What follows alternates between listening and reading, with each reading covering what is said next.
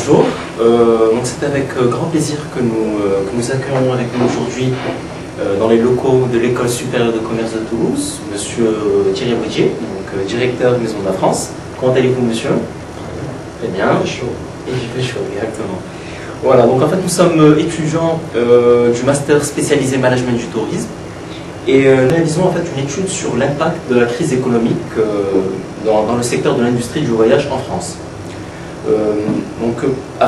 Notre objectif en fait principal est de proposer donc des solutions pour pallier à ce grand bouleversement.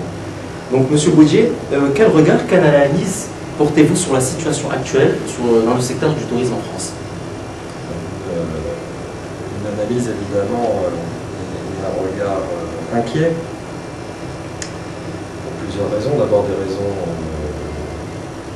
structurelles qui tiennent à l'évolution de notre offre, et ça c'est un constat que nous faisons déjà depuis quelques années, le décalage qu'il peut y avoir entre les attentes de la demande de la clientèle internationale et puis la réalité de l'offre française.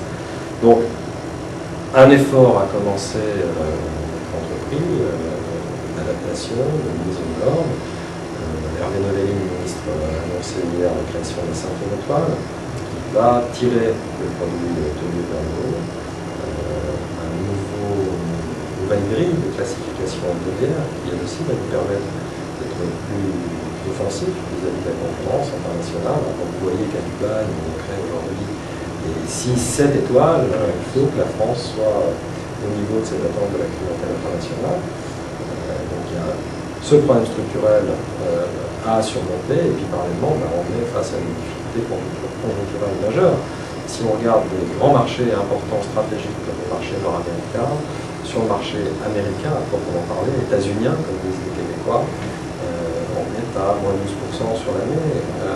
Sur la Grande-Bretagne, depuis 2 mois, on a une chute de 20%. Sur l'Espagne, même chose.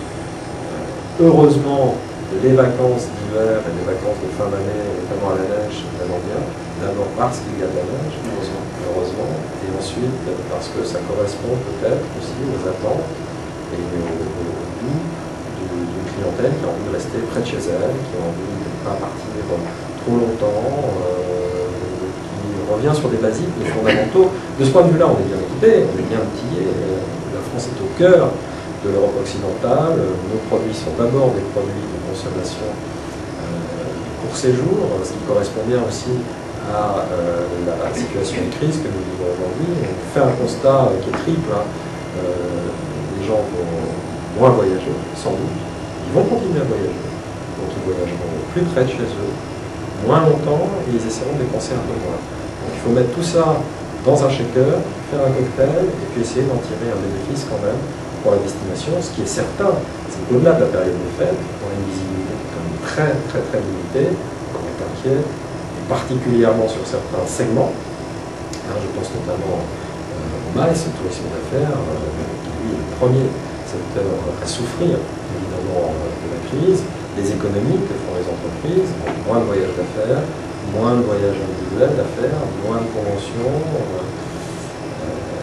Ça pèse immédiatement, et notamment ça pèse immédiatement sur les chiffres de l'hôtellerie de ville. Et vous pensez, donc, comme dirait Louis, donc le tourisme en France peut être épargné donc, par cette crise. Donc, vous pensez que la France que cette crise peut avoir un impact positif? Alors, je ne dirais pas jusqu'à dire que ça peut avoir un impact positif. Ce que je pense en revanche, c'est que compte tenu de la nature même de ce que sont nos clientèles touristiques, on reproche souvent à la France que ces clientèles soient très concentrées en Europe et à proximité. 85% de nos clients sont des Européens de voisinage.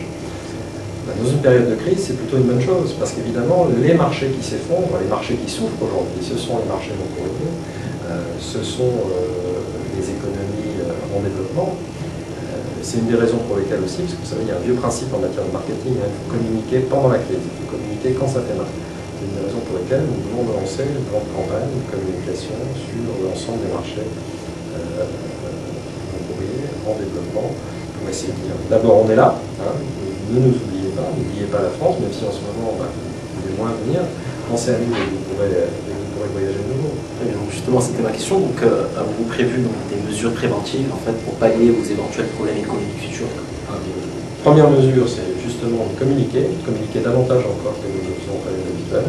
Deuxième mesure, c'est aussi réorienter notre communication, notamment en ciblant davantage et en aidant davantage, en misant davantage sur le trade, sur les professionnels qui vont souffrir et qui sont ceux qui tout au long de l'année nous accompagnent, aident à la programmation, aident à la commercialisation de la destination, donc mettre davantage de moyens sur les actions en faveur du trade et des intermédiaires, au détriment peut-être un peu des actions de grand public, mais c'est une réorientation stratégique et conjoncturelle. Très bien, donc on voit bien que par rapport à la communication de crise, donc vous avez intégré donc, une communication de crise par rapport donc, à votre stratégie. Très bien.